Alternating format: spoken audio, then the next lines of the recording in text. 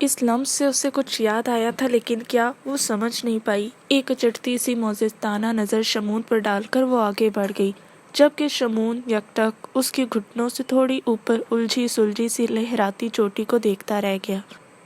Timur افندی کے بعد یہ پہلی بار تھا کہ کسی نے اس کے حق میں کچھ کہا تھا۔ اس کا ہاتھ بے اختیاری میں اپنے دل پر پڑا تھا۔ کچھ عجیب سا ہوا تھا اندر، جو اس وقت وہ سمجھنے سے قاصر تھا۔ یہ اس کا حویلی میں چوتھا دن تھا۔ وہ 400 بار اپنے گھر واپس جانے کی بات کر چکی تھی اور تیمور افندی سے ڈانٹ کھا چکی تھی، اور ڈانٹ کھلانے کے بعد وہ اسے آئس کریم یا چاکلیٹ بھی زبردستی کھلاتے، گویا حویلی میں اس کا دل لگانے کی کوشش کرتے۔ شیلا حیران ہوتی، کوئی شخص اجنبیوں پر اتنا مہربان کیسے ہو سکتا ہے؟ لیکن جو بھی تھا، وہ در حقیقت یہاں سے جانا چاہتی تھی، کیونکہ آتے جاتے حمزہ کے طنز اور کاٹدار نظریں اسے تکلیف دے رہی تھی۔ پتہ نہیں حمزہ اسے اتنا ناپسند کیوں کرتا تھا۔ وہ بہرحال بہت ہرٹ ہو چکی تھی اور لازمی اپنے گھر جانا چاہتی تھی۔ سنو، حمزہ کی پکار پر وہ کمرے میں جاتے جاتے رک گئی اور ناچار اس کی طرف مڑی۔ تم یہاں کب تک رہوگی آخر؟ جاتی کیوں نہیں؟ ارادے کیا ہیں تمہارے؟ مہمان 3 دن تک ہی برداشت کیا جا سکتا ہے۔ میں انشاءاللہ یہاں سے جلد چلی جاؤں گی۔ مجھے بھی کوئی شوق نہیں ہے اس بڑی سی حویلی کے ایک چھوٹے سے دل و دماغ والے فرد سے ہر آدھے گھنٹے بعد بے عزت ہونے کا۔ آپ کی مزید اطلاع کے لیے عرض ہے، میں بھی ایک عام سی انسان ہوں جسے رویے ہرٹ کرتے ہیں، اور میں مزید ہرٹ نہیں ہونا چاہتی۔ چلی جاؤں گی میں، سخت لہجے میں کہہ کر شیلا نے دروازہ حمزہ کے منہ پر پوری قوت سے بند کیا تھا۔ حمزہ ساکت و صامت میں ہی کھڑا رہ گیا۔ شیلا کے تیزی سے برستے آنسو اور آنکھوں سے جھلکتی تکلیف اور گلے نے حمزہ کو سخت نادم کر دیا تھا۔ وہ گمسم سا سیڑھیوں کی طرف بڑھا تو وہاں سیڑھیوں کے دوسرے سٹیپ پر شمون سر جھکائے بیٹھا تھا۔ حمزہ اسے نظر انداز کر کے سائڈ سے سیڑھیاں اترنے لگا، جب شمون کی سرد آواز پر رکنا پڑا۔ تم آخر کیوں چاہتے ہو وہ یہاں سے چلی جائے؟ اور آپ آخر کیوں نہیں چاہتے کہ وہ یہاں سے جائے؟ شمون کے ہی انداز میں منہ بنا کر پوچھتے ہوئے حمزہ نے ایک ابرو اچکائی۔ شمون خاموش نظروں سے اسے دیکھتے ہوئے اس سے پہلے ہی سیڑھیاں اترتا چلا گیا، جبکہ پیچھے حمزہ کی آنکھوں میں اب الجھن تھی۔ شمون کمرے میں داخل ہوا تو سامنے ہی بیڈ پر ایک سیاہ بلی کو موجود پایا۔ شمون کے دروازہ بند کرتے کے ساتھ ہی وہ بلی ایک بوڑھی عورت کے روپ میں بدل گئی۔ شمون کے لفظ بے آواز ہلے، ماں۔ شمون میں بھوک پیاس سی مر جاؤں گی۔ آخر تم مجھے کوئی شکار کیوں نہیں کرنے دے رہے؟ میں اپنے طریقے سے کوئی شکار کل تک لا دوں گا۔ آپ خود کچھ نہیں کریں گی، ہرگز بھی نہیں کریں گی۔ شمون کی آنکھیں سرخ ہو گئی تھی، جنہیں اپنی ماں کی آنکھوں میں گاڑ کر وہ چبا چبا کر بولا۔ سامنے کھڑی بوڑھی ملگجے حلیے والی عورت ڈر کر 2 قدم پیچھے ہوئی۔ وہ بوڑھی ہو چکی تھی، اس کی طاقتیں شمون کی پاورز کے آگے کچھ نہیں تھی۔ شمون کی بات ماننے کے سوا اس کے پاس کوئی چارہ نہیں تھا، لیکن سب سے بڑی حقیقت یہ تھی کہ وہ اس کی ماں تھی، اس سے سوال کر سکتی تھی۔ لیکن کیوں؟ اس کے مشکوک انداز پر شمون نے ایک سخت تنبیہ کرتی نظر اس پر ڈالی اور واش روم میں گھس گیا۔ پیچھے اس کی ماں ہنکار بھر کر اپنے اصل روپ میں لوٹتی کھڑکی کے ذریعے لان میں کود گئی۔ جاتے جاتے اس نے موبائل پر مصروف ہانیہ کے قریب ہو کر غرانا ضروری سمجھا۔ ہانیہ دہشت سے اسے دیکھ کر چیخ مارتی حویلی کے اندر دوڑ پڑی۔ وہ حویلی لوٹا تو ایک خالی پن سا اسے ہر طرف محسوس ہوا۔ سبھی لوگ موجود تھے، اپنے اپنے روزمرہ کے کاموں میں مگن، مگر کچھ تھا جو نہیں تھا۔ لب بھینج کر ہر طرف دیکھ لینے کے بعد وہ مٹھیاں بھینجے ناخن تراشتی امتل کے سر پر پہنچا اور گہری سانس بھر کر خود پر ضبط کرتے ہوئے سرسری انداز میں شیلا کے بارے میں پوچھا۔ امتل سدا کی بے پرواہ تھی، کچھ الٹا سیدھا سوچے سمجھے بغیر شیلا کے اپنے گھر لوٹ جانے کی اطلاع دی۔ شمون نے جبڑے سختی سے بھینج کر اس کی واپسی کے بارے میں پوچھا۔ میرا نہیں خیال وہ اب واپس آئے گی۔ امتل کے جواب پر شمون کی سیاہ پتلیوں کا سائز ذرا کم ہوا۔ کیسے نہیں آئے گی؟ آنا تو اسے پڑے گا، خود اپنے قدموں سے چل کر یہاں آئے گی وہ۔ اپنی گاڑی کی طرف بڑھتے ہوئے وہ غرایا۔ کافی دیر بعد اس کی گاڑی ایک مخدوش حال بڑی سی عمارت کے آگے رک گئی۔ جب وہ اندر داخل ہوا تو ہر طرف سناٹا تھا۔ پھر ایک میاؤں کی آواز کے ساتھ ایک بلی کہیں سے نکل کر آئی۔ پھر دیکھتے ہی دیکھتے وہاں 30-35 بلیاں جمع ہو گئیں۔ سب بلیاں سر اٹھائے جیسے شمون کے کچھ کہنے کی منتظر تھی۔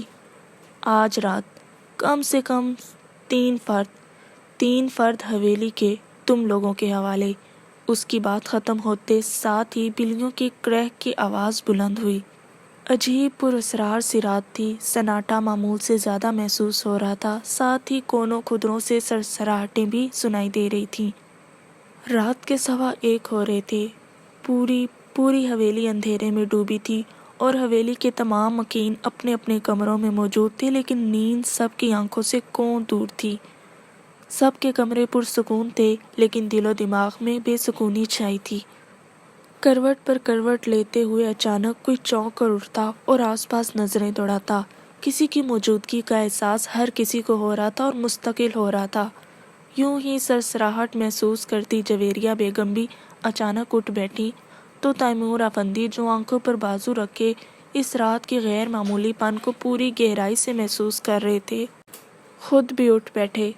سب خیریت ہے جویریہ؟ انہوں نے اپنی شریک حیات کے پسینے سے تر چہرے کو تشویش سے دیکھا۔ پتہ نہیں کیوں تیمور، لیکن میرا دل شام سے بہت گھبرا رہا ہے اور اس وقت تو سانس بند ہو رہی ہے۔ جویریہ بیگم کے روحان سے ہو کر کہنے پر تیمور افندی نے پرسوچ انداز میں نظریں کمرے کے چاروں طرف دوڑائی تھی، جب کان کے پردے ہی نہیں بلکہ دل بھی چیر دینے والی چیخ کی آواز پر وہ دونوں اچھل پڑے تھے۔ اگلے ہی پل تیمور افندی اور جویریہ بیگم بھی ہانیہ کے کمرے کی طرف دوڑے تھے، کیونکہ چیخ کی آوازیں وہیں سے آ رہی تھیں۔ ہانیہ کے کمرے کے باہر حمزہ اور حویلی کے کچھ مکین پہلے ہی پہنچ چکے تھے۔ چیخ کی آوازیں مسلسل آ رہی تھی۔ حمزہ دروازہ توڑ دینے کے در پر تھا، جبکہ تیمور صاحب جوش کی جگہ ہوش سے کام لیتے ہوئے بجلی کی تیزی سے راہداری عبور کر کے ہانیہ کے کمرے کی گیلری پر پہنچے۔ گلاس ڈور اندر سے بند تھا۔ انہوں نے گیلری میں رکھا ایک بھاری گملہ اٹھا کر گلاس ڈور پر مارا تو وہ چھناکے سے ٹوٹ گیا۔ کمرے کی لائٹ بند تھی سو تیمور افندی کچھ دیکھ نہیں سکے، لیکن ایک غراہٹ نے ان کے بڑھتے قدم روک دیے تھے۔ اگلے ہی پل 5 بڑی بڑی سیاہ بلیاں ان کے اوپر سے جست لگا کر گیلری میں کود گئیں اور دیکھتے ہی دیکھتے درختوں کی ٹہنیاں چڑھتی نظروں سے اوجھل ہو گئیں۔ سیاہ بلیوں کو دیکھ کر تیمور افندی کے دل کی دھڑکن تیز ہو گئی۔ جب تک انہوں نے آگے بڑھ کر لائٹ آن کی، حمزہ وغیرہ بھی گیلری کے ذریعے کمرے میں داخل ہو گئے۔ اندر کا منظر دیکھ کر جویریہ بیگم اور ہمنا بیگم، حمزہ کی والدہ، کی چیخیں بلند ہو گئی، جبکہ حمزہ کے والد اور بڑے تایا سمیت حمزہ اور تیمور صاحب بھی سکتے میں چلے گئے تھے۔ ہانیہ کی آنکھیں ابلی پڑی تھیں اور چہرہ بالکل بے رونق تھا اور تازہ آنسوؤں سے تر تھا۔ پورے بیڈ کی چادر خون سے لت پت تھی اور ہانیہ کا وجود جگہ جگہ سے بھنبوڑ دیا گیا تھا۔ جگہ جگہ سے گوشت غائب تھا، جبکہ گردن شاید پوری ہی غائب ہو چکی تھی۔ سب کے دل جیسے دھڑکنا بھول گئے تھے، لیکن یہی آخری صدمہ نہیں تھا۔ اچانک حویلی کے مختلف کمروں سے شور بلند ہوئے تھے، ساتھ ہی بلیوں کی روتی غراتی آوازیں بھی۔ شہلا اپنے گھر لوٹ چکی تھی، لیکن اس کے سبھی چہرے پر کوئی رونق نہیں تھی۔ اس گھر سے اسے وحشت ہو رہی تھی، لیکن یہاں رہنا اس کی مجبوری تھی۔ وہ ساری زندگی دوسروں کے احسان تلے رہ کر نہیں گزار سکتی تھی۔ اس کا ارادہ تھا فیروزہ خالہ کو آج رات اپنے ساتھ رکنے کو کہے گی، لیکن اس نے کہا نہیں۔ جب کل بھی تنہا رہنا ہے تو آج کیوں نہیں؟ اگر وہ بلا یہاں آ جاتا ہے اور اسے مار دیتا ہے تو اس میں برا کیا ہے؟ جب ایک دن مرنا ہی ہے تو جلدی کیوں نہیں؟ زندگی میں یوں بھی اب رکھا ہی کیا تھا؟ جس کمرے میں چاچی وغیرہ کی دہشت ناک لاشیں پڑی تھی، اس کمرے میں جانے کی اس میں ہمت نہیں ہوئی تھی۔ اپنے کمرے کی صفائی ستھرائی کر کے وہ شام سے صحن میں پلنگ بچھائے اس پر ساکت و صامت بیٹھی تھی۔ لائٹ گھنٹے بھر سے بند تھی اور مزید 2 گھنٹے بند رہنے والی تھی۔ سیاہ آسمان پر 14ویں کا چاند پوری آب و تاب سے جگمگا رہا تھا۔ گرمیوں کی راتوں میں پلنگ پر چھت لیٹ کر ستارے بھرے آسمان پر چمکتے چاند کو دیکھنا اس کا محبوب مشغلہ تھا، اور ایسے میں ناصر اس کے بازو کے تکیے پر سر رکھے اس سے الٹے سیدھے سوال پوچھا کرتا تھا، جس کے وہ ایک سے ایک فضول جواب دیا کرتی تھی۔ چاچی ان کی باتوں سے اکثر نیند سے اٹھ کر ان پر چلایا کرتی تھیں، کبھی کبھی جوتی بھی اٹھا کر اس کی طرف اچھال دیا کرتی تھیں۔ نازش اور نوید جو سوتے بنے ہوتے تھے دبی دبی ہنسی ہنسا کرتے تھے۔ پھر چاچی کی توپوں کا رخ ان کی طرف ہو جاتا تھا۔ خوشکن سوچوں کے زیر اثر شیلا کے لب تو مسکرا رہے تھے، لیکن آنکھوں سے آنسوں کی جھڑیاں جاری تھیں۔ ایک سسکی بھر کر اس نے اپنی خالی خالی نظریں اس کمرے کی سلاخوں والی کھڑکی پر جما دی۔ اچانک ہی اس کی آنکھیں خوف سے پھٹ گئیں۔ وہ اچھل کر پلنگ سے اتری اور پلکیں جھپکے بغیر سانس روکے کھڑکی سے جھانکتی ان چھوٹی چھوٹی لال چمکیلی آنکھوں کو دیکھنے لگی۔ لمحہ نہیں لگا اسے ان آنکھوں کو پہچاننے میں۔ موت کا تصور کرنے میں اور موت کو سامنے دیکھنے میں فرق ہوتا ہے، سو اس وقت خوف سے اس کا وجود جامد ہو گیا تھا۔ اس کا سکتہ بھی ٹوٹا نہیں تھا جب ایک اور حیرت انگیز منظر اس کی سیاہ بھیگی آنکھوں نے دیکھا۔ کمرے میں ہلکی ہلکی چاندنی تھی جس کی وجہ سے ہیولے نظر آ سکتے تھے۔ شیلا نے اس بلے کے ہیولے کو بڑا ہوتا اور ایک اونچے لمبے وجود میں ڈھلتا دیکھا تھا۔ اب شیلا کو بے ہوش ہو جانا چاہیے تھا، لیکن شاید وہ مضبوط اعصاب کی تھی یا اتنا سب ہو جانے کے بعد ہو گئی تھی۔ حویلی واپس جاؤ، مدھم آواز گراہٹ سے مشابہ تھی۔ شیلا کو اپنی سماعتوں پر شک ہوا۔ حویلی واپس لوٹ جاؤ، ابھی اسی وقت۔ اس بار دل دہلاتی دھاڑ سنائی دی تھی۔ شیلا کا سکتہ اچانک ٹوٹا اور وہ چیخوں پر چیخیں مارتے ہوئے گھر کا دروازہ کھول کر باہر بھاگی۔ پیچھے وہ ہیولا پھر بلے کا روپ دھارتا دیواروں پھلانگنے لگا۔ وہ جانتا تھا شیلا کہاں جانے والی تھی۔ اسے شیلا سے پہلے وہاں پہنچنا تھا، جو اس کے لیے بالکل مشکل نہیں تھا۔ شیلا جیسے ہی فیروزہ خالہ کے دروازے پر پہنچی، گھراہٹ کی آواز پر اچھل کر پیچھے ہوئی۔ داخلی دروازے کی دیوار پر چڑھا وہ اپنی چنگاریاں نکالتی آنکھوں سے اسے گھور رہا تھا۔ اچانک اس نے زمین پر چھلانگ لگائی تو شیلا متوحش سی دوسرے پڑوسیوں کے گھر کی طرف دوڑی۔ وہ وہاں بھی اس سے پہلے جا پہنچا۔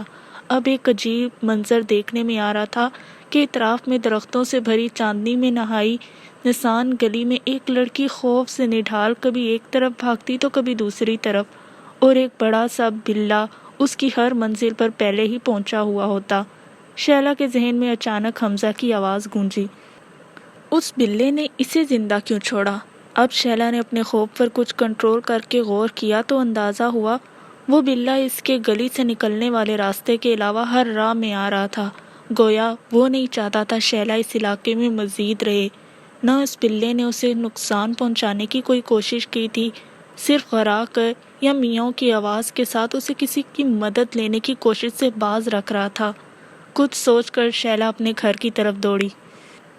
بلّا پھر اس کے پیچھے تھا، لیکن اسے اپنے گھر جاتا دیکھ کر رفتار کم رکھی۔ شیلا نے پلنگ پر ہی پڑا تالا چابی اور موبائل اٹھایا اور لرزتے ہاتھوں سے دروازہ بند کر کے ایک خوف اور نفرت سے بھری نظر دیوار پہ بیٹھے بلے پر ڈالی اور پھر اس گلی سے نکلتی چلی گئی۔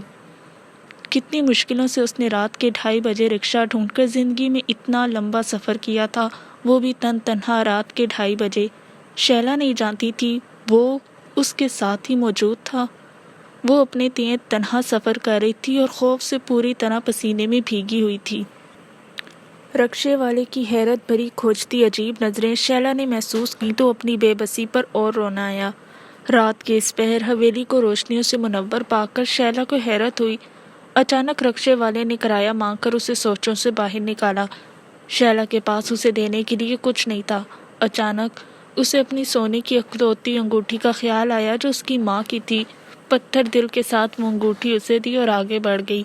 پیچھے انگوٹھی کا جائزہ لیتے رکشے والے نے حساب کتاب کرنا چاہا، لیکن شیلا کو غائب دماغی سے آگے بڑھتے دیکھ کر اس کی آنکھیں لالچ سے چمکنے لگی۔ انگوٹھی جیب میں ڈال کر وہ جلدی سے رکشہ بھگاتا لے گیا۔ ایسا کرتے ہوئے وہ نہیں جانتا تھا وہ اپنی موت کو دعوت دے رہا تھا۔ رکشے کے نیچے سے جھانکتی سرخ آنکھوں نے گھور کر اس کی آنکھوں کو لالچ دیکھا تھا۔ حویلی میں تو اس وقت تک سب سو جاتے ہیں، پھر آج ساری حویلی کی لائٹس کیوں جلی ہیں؟ یا اللہ سب خیریت رکھیے گا۔ حویلی کے گیٹ کے باہر کھڑی شیلا الجھن اور خوف سے بھری نظروں سے جگمگاتی حویلی کو دیکھ رہی تھی۔ اندر جانے کا فیصلہ اسے مشکل لگ رہا تھا۔ اگر اتنی رات نہ ہوتی تو شاید اندر جانا اتنا مشکل نہ ہوتا، لیکن رات کے اس پہر اس کی واپسی، نہ جانے سب کیا سوچیں۔ انہیں سوچوں میں گھری وہ گیٹ کے باہر کھڑی تھی جب اچانک گیٹ کا چھوٹا دروازہ وا ہوا۔ شیلا ڈر کر 3 قدم پیچھے ہوئی۔ باہر آنے والے ضبط سے سرخ آنکھیں لیے تیمور افندی تھے۔ دونوں ایک دوسرے کو دیکھ کر بری طرح ٹھٹک گئے۔ شیلا تم یہاں اس وقت؟ تیمور انکل سب خیریت ہے نا؟ دونوں نے ایک ساتھ سوال پوچھے۔ اس سے پہلے کہ ان میں سے کوئی جواب دیتا دور سے آوازیں کرتی پولیس کی گاڑیاں اور ایمبولینس اس طرف آنے لگیں اور آ کر گیٹ کے پاس ہی رک گئیں۔ متوحش نظروں سے شیلا یہ سب کچھ دیکھتی رہ گئی تھی۔ 3 دن گزر چکے تھے اس اندوناک افسانے کو۔ تیمور افندی کے 3 بڑے بھائی تھے، جن میں سے سب سے بڑے صابر افندی کئی سال پہلے ہی رضائے الہی سے انتقال کر گئے تھے۔ دوسرے نمبر پر جعفر افندی تھے، جو اس رات ہانیہ کے علاوہ بلیوں کا شکار ہوئے تھے۔ تیسرا شکار جعفر صاحب کے بعد والے سمیر صاحب کی اہلیہ رضیہ تھی اور ایک تھی ہانیہ، حمزہ کی اکلوتی پیاری بہن، جس کی موت نے حمزہ کو توڑ کر رکھ دیا تھا۔ ان کی ایک بیوہ پھوپھو بھی تھی جو فوت ہو چکی تھی۔ ان کا اکلوتا بیٹا ٹین ایج میں ہی کئی سال پہلے ایسے ہی بلیوں کا شکار ہو گیا تھا، جبکہ دماغی طور پر معذور ہو جانے والی بیٹی توبہ کسی کمرے میں بند رہتی۔ تیمور افندی کو چھوڑ کر ان سارے بہن بھائیوں نے اپنے پیاروں پر بلیوں کی بلا کا عذاب سہا تھا۔ اب سب کے لب ہنسنا کیا جیسے بولنا بھی بھول گئے تھے۔ تیمور افندی نے آج شیلا سے اس شب کا احوال سنا اور خاموشی سے اس کا سر تھپک کر چلے گئے۔ ان کا دل اتنا اداس تھا کہ وہ شیلا کو کوئی حوصلہ بھی نہ دے سکے۔ 3 لاشیں اٹھی تھیں اس گھر سے، وہ بھی اس حالت میں کہ دیکھ کر روح کانپ اٹھے۔ شیلا نے ان لاشوں کو اپنی آنکھوں سے نہیں دیکھا تھا، لیکن وہ اپنے پیاروں کو اس حال میں دیکھ چکی تھی۔ اسے اندازہ تھا لاشوں کا کیا حال ہوا ہوگا اور حویلی کے باقی افراد اس وقت کس کرب میں مبتلا ہوں گے۔ حویلی میں ہر طرف ویرانی چھائی تھی، نہ کسی کو کھانے کا ہوش تھا نہ پینے کا۔ امت نازی اور فرا مارے باندے کچھ الٹا سیدھا پکا لیتی اور سب زہر مار لیتے۔ شیلا کو اس ماحول سے وحشت ہو رہی تھی، لیکن یہ حویلی ہی اب اس کی آخری پناہ گاہ تھی۔ اسے اس سب کو برداشت کرنا ہی تھا۔ وہ سب سے اونچی سیڑھی پر کھڑی اب بڑے سے ہال نما لاؤنج کو گھور رہی تھی۔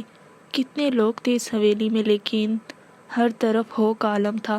شیلا ہمت کر کے نیچے اترنے لگی۔ ریلنگ پر ہاتھ رکھا تو ہاتھ مٹی سے بھر گیا۔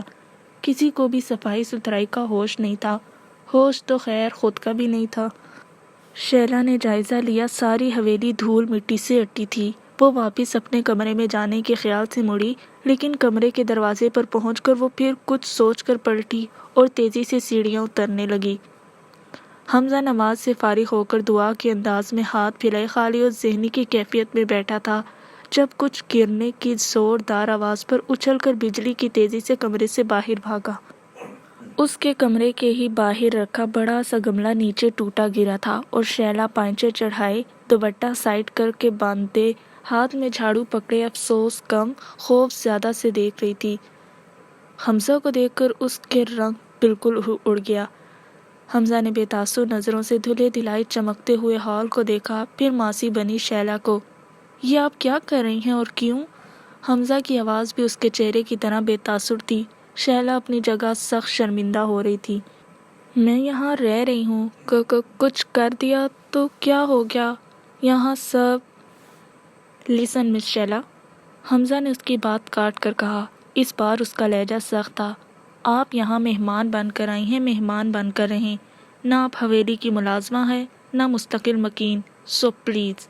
حمزہ نے مہذب لفظوں میں اسے اس کی اوقات میں رہنے کو کہا تھا۔ شیلا کا چہرہ اہانت کے احساس سے دہکنے لگا، لیکن وہ کچھ بولے بغیر دوپٹہ ٹھیک کرنے لگی۔ حمزہ نے کچٹتی نظر شیلا کی بھری ہوئی آنکھوں پر ڈالی، پھر بے پرواہی سے سر جھٹک کر واپس کمرے میں گھس گیا۔ پیچھے شیلا اپنی سسکیوں کا گلا گھونٹتی ناراض بچے کی طرح سینے پر ہاتھ لپیٹ کر دیوار سے پشت ٹکا کر کھڑی ہو گئی۔ ابھی وہ لب کچلتی جھاڑو اس کی اصل جگہ رکھنے کے لیے سیدھی کھڑی ہوئی ہی تھی، جب حویلی کا دیو قامت قیمتی لکڑی کا دروازہ کھلا۔ شیلا نے دیکھا ہاتھ میں سفری بیگ پکڑے وہ شمون تھا۔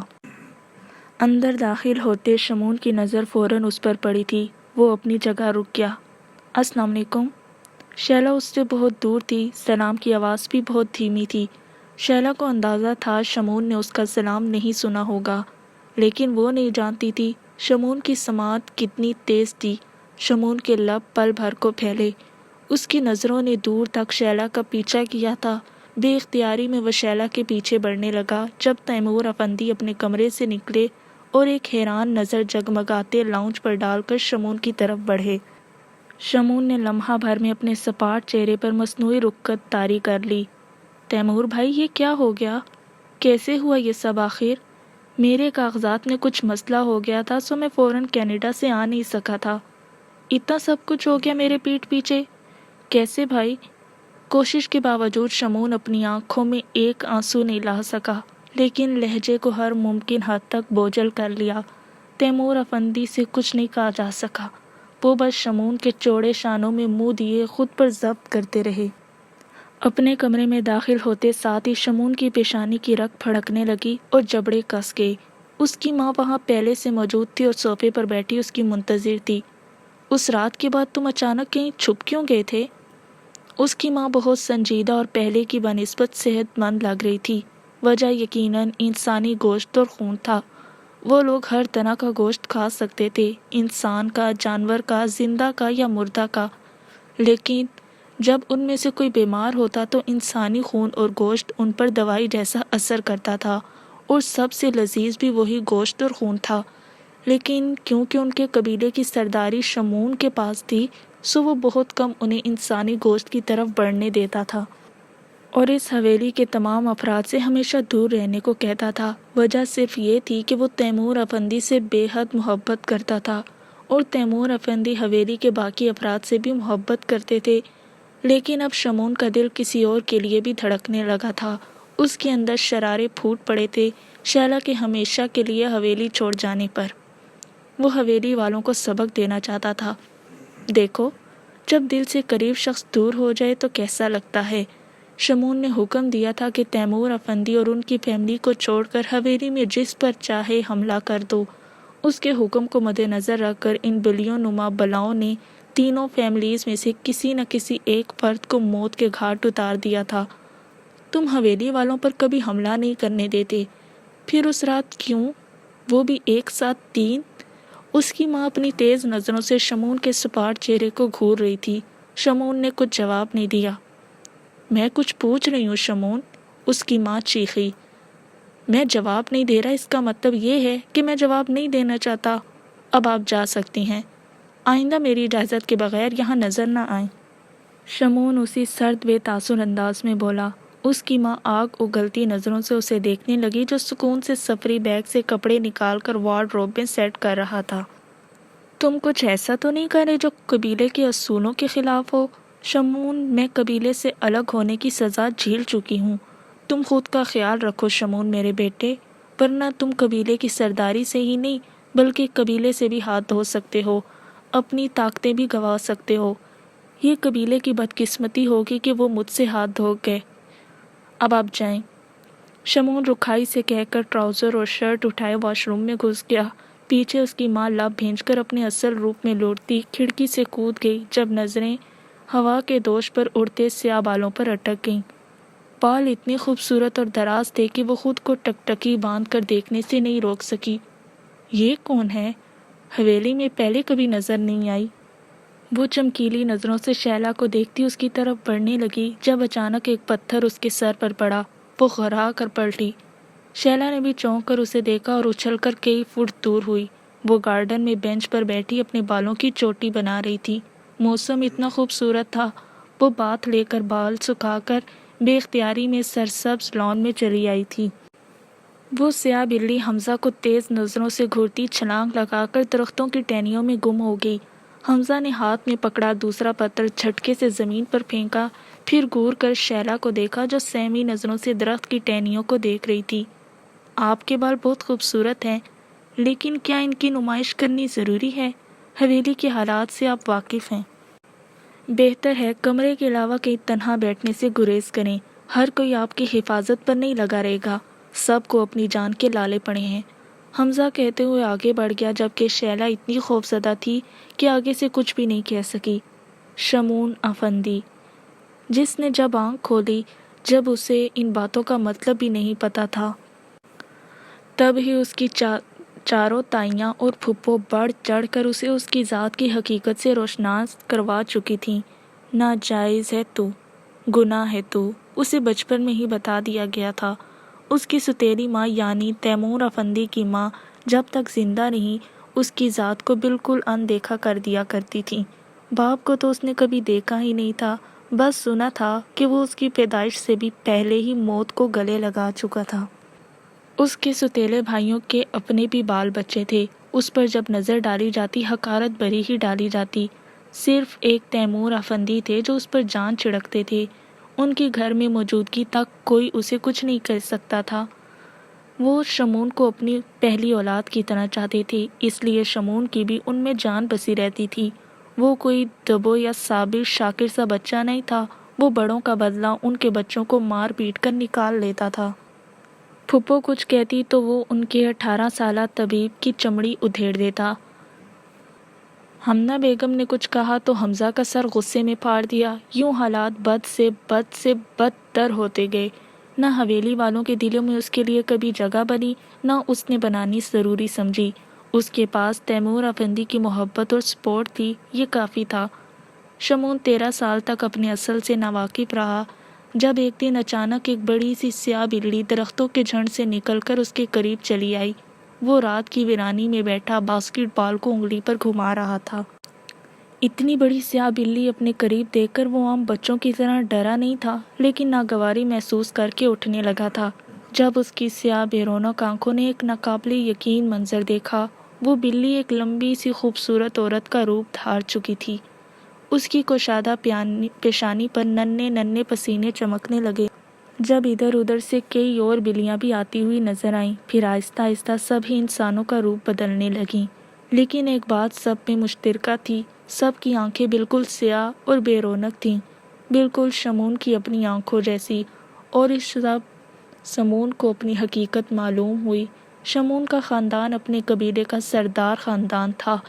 سب سے پہلے جو بھی لڑکا ان کے خاندان میں جنم لیتا اسے سرداری دے دی جاتی، اور پھر اس کے مر جانے کے بعد سرداری نئے لڑکے کو سونپ دی جاتی۔ اس کے نانا مر چکے تھے اور اس کی ماں ایونا اپنے باپ کی اکلوتی بیٹی تھی اور وہ اپنی ماں کا اکلوتا بیٹا، سو سرداری کا تاج اس کے سر سجا تھا۔ اس کی نانی کو کسی بڑی غلطی کے پاداش قبیلے والوں نے قبیلے سے دور کر دیا تھا۔ وہ انسانی دنیا میں بے آسرا تھی، جب حویلی کے ایک بڑے بزرگ نے اس پر رحم کھا کر اسے اپنی حویلی میں پناہ دے دی تھی۔ یہاں اس نے ملازمہ کے طور پر کام شروع کر دیا، جب ایک دن بھوک اور کمزوری سے نڈھال ہو کر ایک شخص کا قتل کر کے اس کے خون اور گوشت سے اپنا پیٹ بھر لیا۔ وہ وہی شخص تھا جسے تیمور افندی نے اپنے بچپن میں مرتے دیکھا تھا۔ پھر ایک دن شمعون کی ماں ایونا اس دنیا میں آئی، بلا کی خوبصورت۔ اس پر تیمور افندی کے رنگین مزاج باپ کی نظر پڑی اور اس نے اپنی طاقتوں سے ناواقف اس کی ماں کا جنسی استحصال کر دیا۔ شمعون کی نانی نے مزید انسانی جانوں کو ضائع ہونے سے بچانے کے لیے ایونا کو اس کی حقیقت نہیں بتائی تھی کہ کہیں وہ اس کی طرح جذباتی ہو کر انسانی خون نہ کر دے، کیونکہ تیمور کی ماں انسانی دنیا میں رہی تھی اور اسے اس کی حقیقت کے متعلق کبھی بتایا نہیں گیا تھا، سو وہ خود کو بچانے میں ناکام رہی۔ پھر جب شمعون کی پیدائش کے دن قریب آنے لگے، تب قبیلے والوں نے ایونا اور اس کی ماں کو قبیلے میں شامل ہونے کی اجازت دے دی۔ ایونا قبیلے کے ڈر سے شمعون کو حویلی میں ہی چھوڑ کر اپنی دنیا میں چلی گئی، لیکن جب ان کے خاندان میں کوئی اور لڑکا سرداری کے لیے نہیں پیدا ہوا، تب ان سب کو شمعون کے بارے میں بتا دیا، اور یوں شمعون اپنے اصل سے آگاہ ہوا اور قبیلے کا سردار بنا۔ اپنی حقیقت سے واقف ہو کر وہ اور بھی ظالم ہو گیا تھا۔ حویلی کے بچوں کی اس نے جان نکالنے میں کوئی کسر نہیں چھوڑی تھی۔ اس کی پھپھو جو بیوہ تھی اور سب سے بڑے تایا ایک ایکسیڈنٹ کا شکار ہو کر دنیا سے چلے گئے، اور یوں اسے اپنے پھوپھازاد کزن طبیب، جو اسے سب سے زیادہ زہر لگتا تھا، کا شکار کرنے کا موقع مل گیا۔ شمعون اس وقت 16 سال کا تھا۔ پوری حویلی دو اموات کی افسردگی پر چادر اوڑھے ہوئے تھی، جب اس نے طیب کو بے دردی سے ختم کر کے اپنی بھوک اور پیاس مٹا لی تھی۔ شمعون نہیں جانتا تھا بیڈ کے نیچے طبیب کی چھوٹی بہن طوبہ کسی شرار کے لیے چھپی ہوئی ہے۔ اس نے سب اپنی آنکھوں سے دیکھا تھا، لیکن وہ کسی کو ٹھیک سے کچھ بتا نہیں سکتی تھی، کیونکہ اس کی دماغی حالت درست نہیں رہی تھی۔ وہ سبھی کو دیکھ کر چیخنے لگتی، سو طوبہ کو حویلی کے ایک کمرے میں بند رکھا جاتا تھا۔ دوسری طرف شمعون حویلی کے باقی افراد کو بھی ایسے ہی موت کے گھاٹ اتار دینا چاہتا تھا، لیکن طبیب کی موت کے دن اس نے اپنے جان سے عزیز تیمور بھائی کو جس طرح روتے دیکھا تھا، وہ اندر ہی اندر نادم ہو گیا تھا۔ اس دن اس نے عہد کیا تھا وہ حویلی کے کسی شخص پر کبھی حملہ نہیں کرے گا، وہ جنگل، بیابان میں یا قبرستان میں جا کر جانوروں اور مردوں کا گوشت اور خون کھاتا پیتا تھا۔ اس شب بھی وہ ایک جنگل نما جگہ پر کوئی شکار تلاش کر رہا تھا جب اس کا سامنا ایک درخت کے نیچے بیٹھے کچھ پڑتے سفید لباس اور داڑھی والے شخص سے ہوا۔ شمون کو اس شخص کے اندر سے پھوٹتی خوشبو سے وحشت ہونے لگی۔ وہ وہاں سے جانا چاہتا تھا۔ جب اس بزرگ شخص نے بھی جان لیا کہ بظاہر اس خوبرو شخص کے پیچھے خوفناک بلا ہے، وہ اس پر پڑ کر کچھ پھونکتا رہا۔ شمون کی سانسیں اکھڑنے لگیں۔ وہ خود کو بچانے کے لیے بھاگتا رہا۔ وہ جنگل سے باہر تو پہنچ گیا تھا، لیکن ایک عجیب سا لکڑی کا ننھا ٹکڑا اس کے پیر میں پھنستا اس کی جان اندر ہی اندر نکالنے لگا۔ وہ خود بخود بلے کا روپ دھار چکا تھا۔ شمون کو لگنے لگا وہ کچھ ہی دیر میں مر جائے گا جب اسے ایک انسانی آواز سنائی دی، چاچی دروازہ کھولیں، چاچی پلیز۔